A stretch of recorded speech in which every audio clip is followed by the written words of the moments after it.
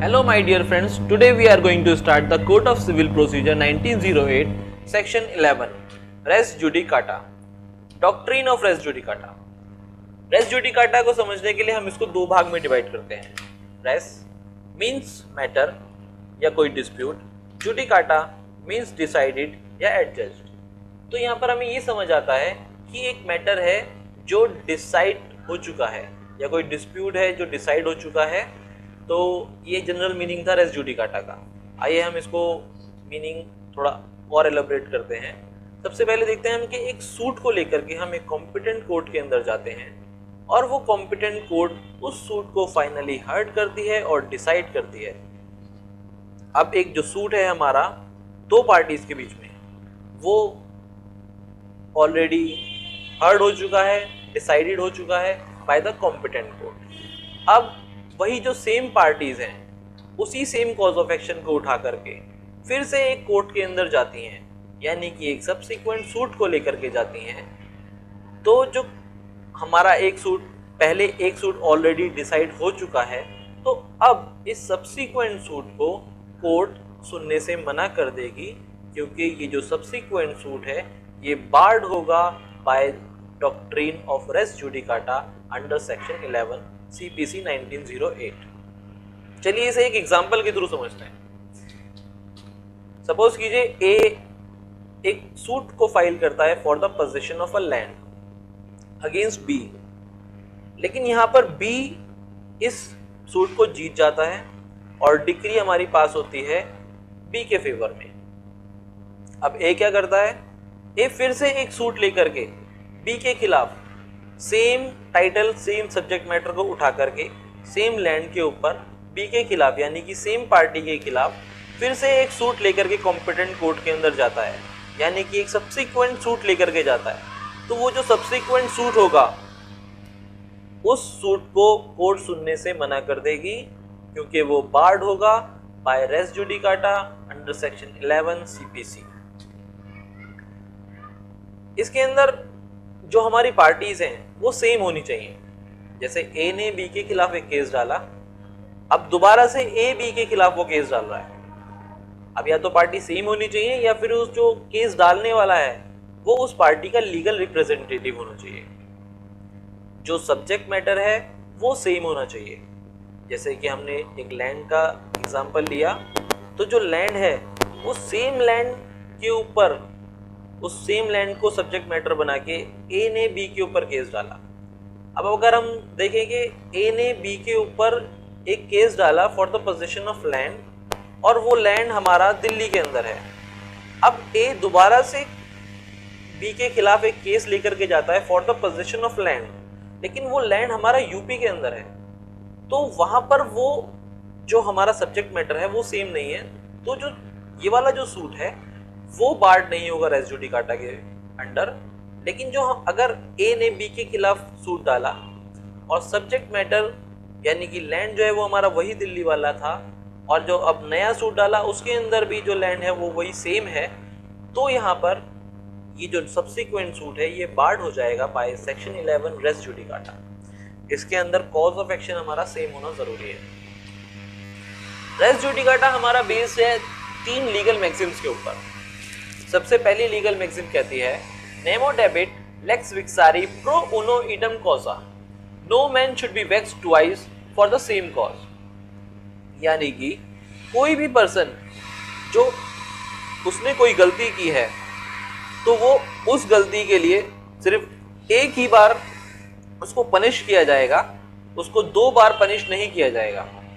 तो no man should be vexed और prejudice twice for the same cause of action. हमारी दूसरी legal maxim कहती है इंटरेस्ट रिपब्लिका उड सिट फिनिस लिटियम, it is in the interest of state that there should be an end to a litigation.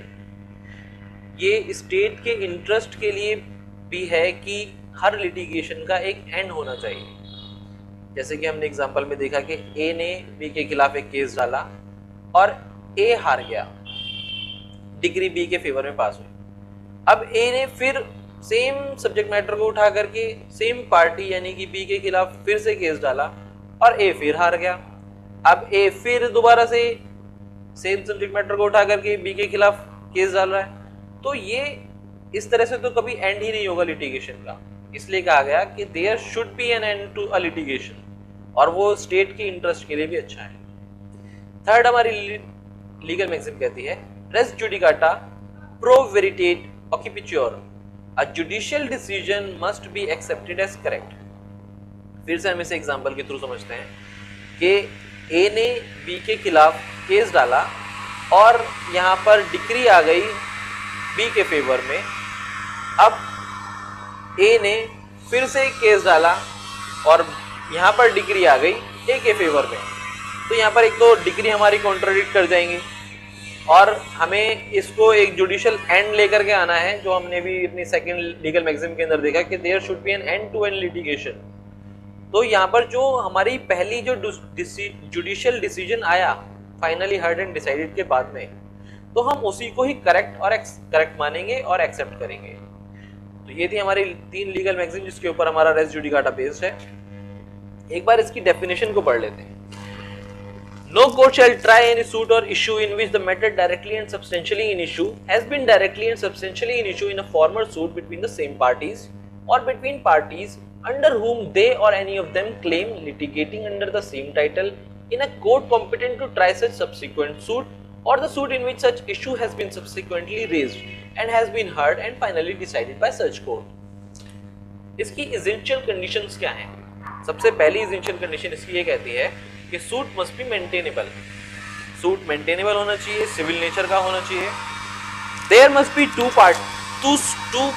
Suits prior and subsequent suit, यानी कि एक सूट हमारा प्रायर होना चाहिए और फिर जो दूसरा सूट आया है हमारा वो सब्सिक्वेंट सूट, एक और सूट होना चाहिए। रेस जुडिकाटा को अप्लाई करने के लिए देयर मस्ट बी 2 सूट, एक प्रायर और एक subsequent. Parties in both suit must B same or litigating under same title. Matter in issue must be decided by the court of competent jurisdiction. Matter must be directly and substantially in issue, heard and finally decided in the former suit. Matter जो हमारा decide हुआ हो वो एक competent court के through decide हुआ हो, जिसके पास में प्रॉपर जुरिस्डिक्शन हो उस कोर्ट को डिसाइड करने की, और जो हमारा केस है वो हर्ड और फाइनली डिसाइडेड हो चुका हो इन द फॉर्मर सूट, और जो मैटर हो वो directly and substantially in issue. जब ये एसेंशियल कंडीशंस हमारी फुलफिल होंगी तो जो हमारा सब्सिक्वेंट सूट आएगा उसके ऊपर रेस जुडिकाटा अप्लाई होगा और वो सब्सिक्वेंट सूट बार्ड हो जाएगा और उसको कोर्ट सुनने से मना कर देगी। आइए सबसे पहले समझते हैं what is the meaning of directly and substantially in issue. Here directly means all the matters dispute which is directly involved in the issue। जितने भी हमारे मैटर्स हैं वो डायरेक्टली इन्वॉल्व होने चाहिए इशू के साथ में, और सब्सटेंशियली का यहाँ मतलब है कि means fact which is substantial for the determination of an issue. जो भी हमारे फैक्ट हैं वो सब्सटेंशियल होने चाहिए ये जानने के लिए कि इशू क्या है। तो यहाँ हमें समझ में आता है what is the meaning of directly and substantially in issue. Matter must be directly and substantially in issue. तो जो भी हमारा मैटर होगा वो directly and substantially in issue होगा, तो ही उसके ऊपर रेस जुडिकाटा अप्लाई होगा।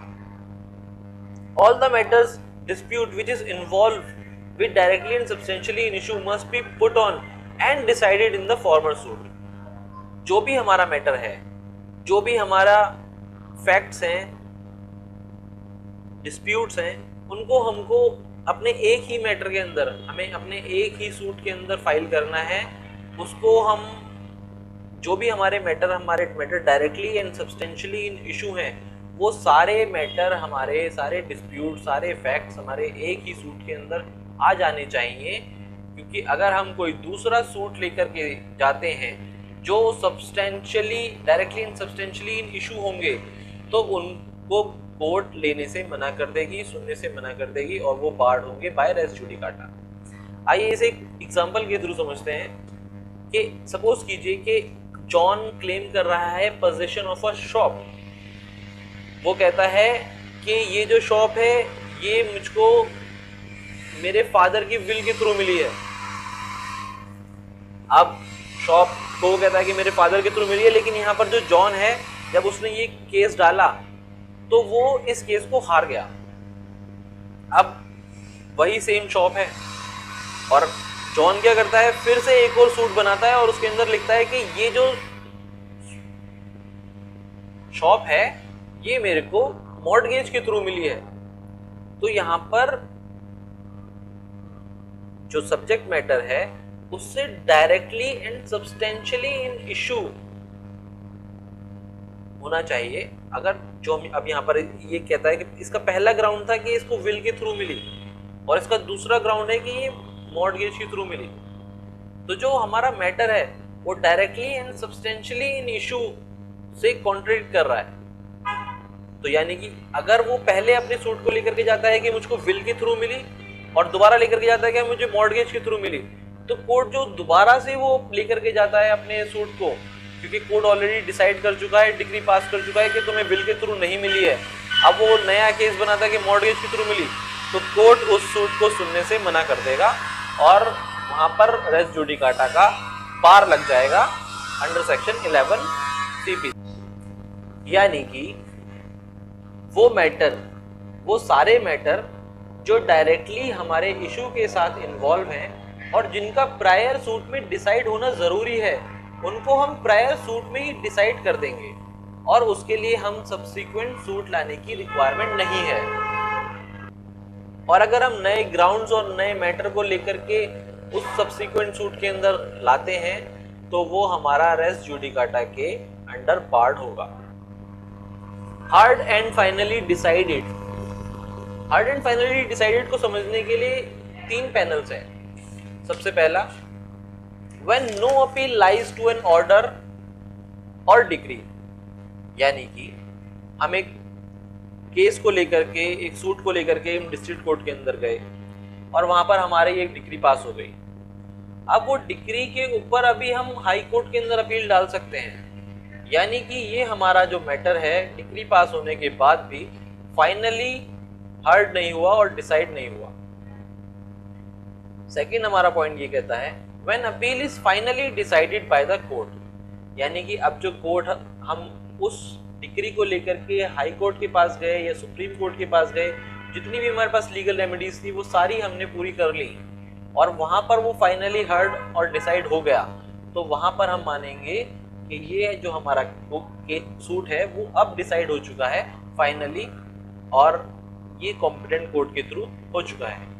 थर्ड हमारा पॉइंट कहता है when barred by the law of limitation, यानी कि अगर हमारा एक सूट जिसको लेकर के जाने का, कोर्ट के अंदर लेकर के जाने का एक लिमिटेशन पीरियड जो लॉ ऑफ लिमिटेशन के अंदर ऑलरेडी डिसाइडेड है वो हमारा निकल चुका है, या फिर जो सूट हमारा डिसाइड हुआ है जिसके ऊपर डिक्री आई है उसके ऊपर अपील में जाने का जो टाइम है वो निकल चुका है, यानी कि अगर कोई भी सूट जो लॉ ऑफ लिमिटेशन के थ्रू बार्ड हो चुका है उसको हम हार्ड एंड फाइनली डिसाइडेड मानेंगे।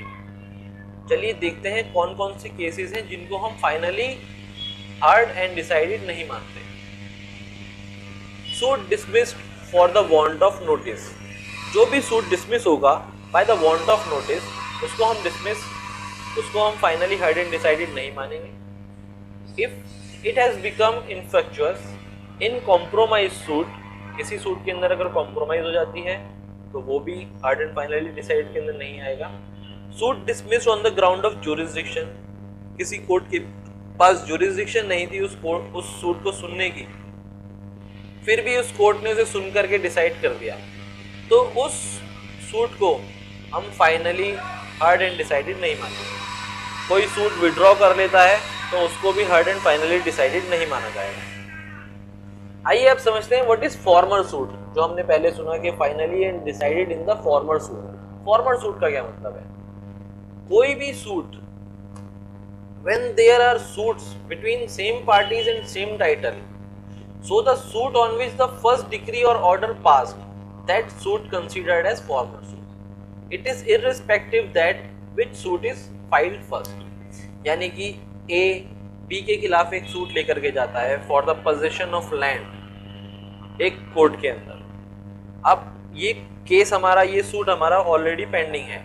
अब ए फिर से एक सूट लेकर के जाता है सेम सब्जेक्ट मैटर को उठा करके सेम पार्टी के खिलाफ किसी और कोर्ट के अंदर, अब इन दोनों कोर्ट के अंदर जहां पर भी सबसे पहले डिग्री पास होगी, जहां पर भी सूट हमारा सबसे पहले डिसाइड होगा, फाइनली हर्ड और डिसाइड होगा, उस सूट को हम फॉर्मल सूट मानेंगे। ये मैटर नहीं करता कि हमारा कौन सा सूट पहले डिसाइड हुआ है, कौन सा सूट हमारा पहले फाइल हुआ है। जो सूट हमारा पहले डिसाइड होगा उस सूट को हम फॉर्मल सूट मानेंगे।